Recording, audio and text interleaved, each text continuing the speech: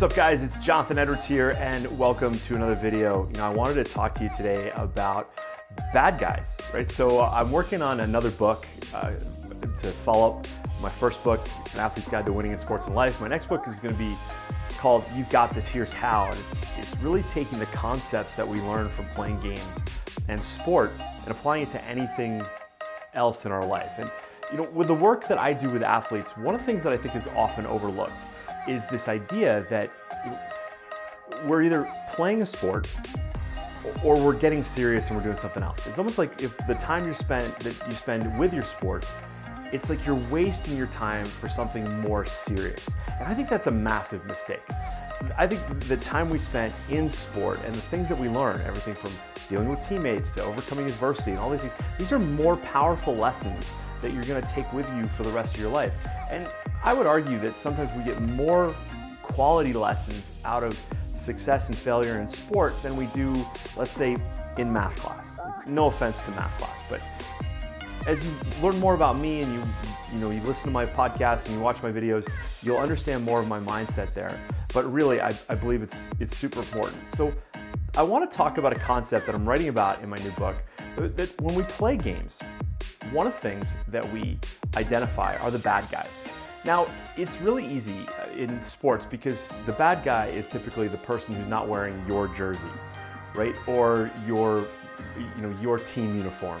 So that's really to identify that. But what happens there is we tend to get really focused on the external bad guy. And it's also a person. But this is a little bit of a mistake because bad guys can be anything that keeps you from reaching your goals, right? It can be a person, or an opponent. It can also be money. It can be resources, time, energy, money. It can be the thoughts that go through your head, the negative thoughts that go through your head. I put together a free PDF on our website at athletespecific.com called How to Overcome Automatic Negative Thoughts. These are huge. They can be really big bad guys to certain people, and it can derail you from your goals. And so one of the things that I help my athletes work through is this idea of identifying all the bad guys that affect them. Because the bad guys that affect me may not be the same bad guys that affect you. And now if you think of games, every game has bad guys. And the critical piece to that, though, is that when we play a game, we're actually anticipating bad guys to happen. We're not blindly going through it and when they pop up, we're like, what's this? I wasn't expecting that. No, you're totally expecting that. Whether they're the turtles in Super Mario Brothers or they're you name it. It's funny, as I start to come up with an example, I get flooded with all these examples. I don't even know where to start. But no matter what the game, bad guys are part of the process. And what I find really fascinating is sometimes athletes and their families will act like when they run into something kind of that falls in the category of bad guys, they'll act like, what the heck was that? I wasn't anticipating that. That's weird. Yeah, that's to me is silly. You need to be proactive in coming up with the bad guys that you will come across. I'll give you a really interesting example. I worked with a young athlete, this was last year, who was really talented in a particular sport where height was an advantage. And this athlete was not particularly tall. Neither was mom or dad, grandma or grandpa. The milkman, there was no height even possible coming for this athlete.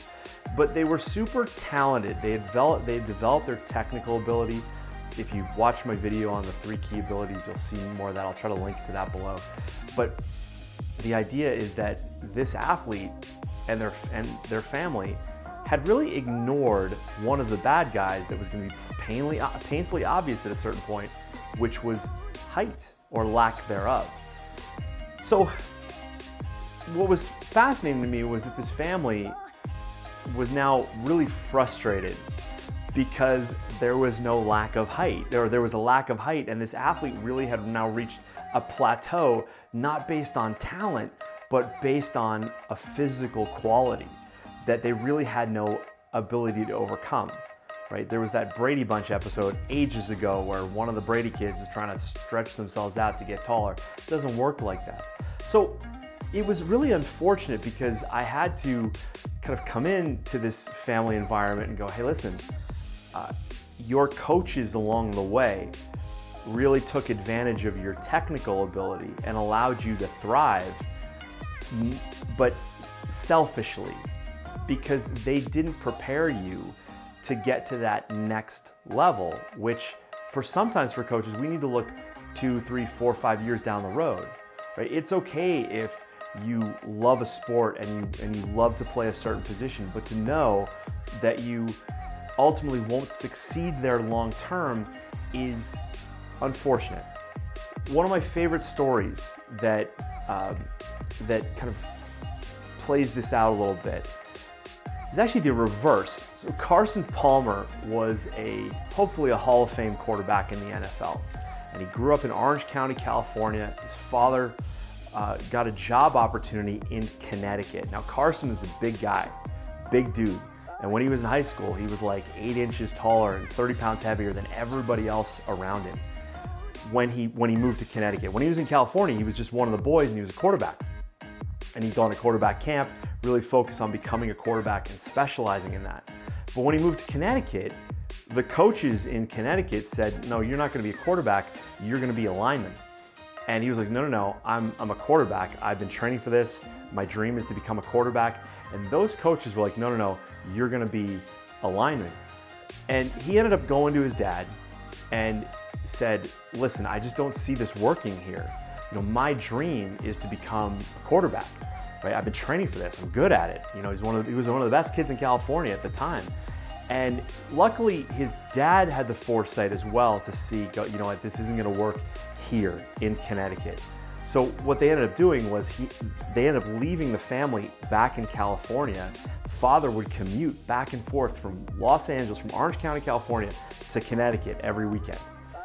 Carson Palmer went on, he became a quarterback. He went to USC. He became a Heisman Trophy winner, which is the best player in college football for that particular year. He got drafted, he played for the Cleveland Browns, he played for the Oakland Raiders, and ultimately for the Arizona Cardinals. And while he never made it to the Super Bowl, he had a Hall of Fame career because he was able to identify a potential bad guy. In his case, moving to Connecticut, those coaches that wanted to make him an offensive lineman, that was the bad guy. So my question for you is, what are the bad guys that you face right now, but also what are the bad guys you're gonna face in the future potentially?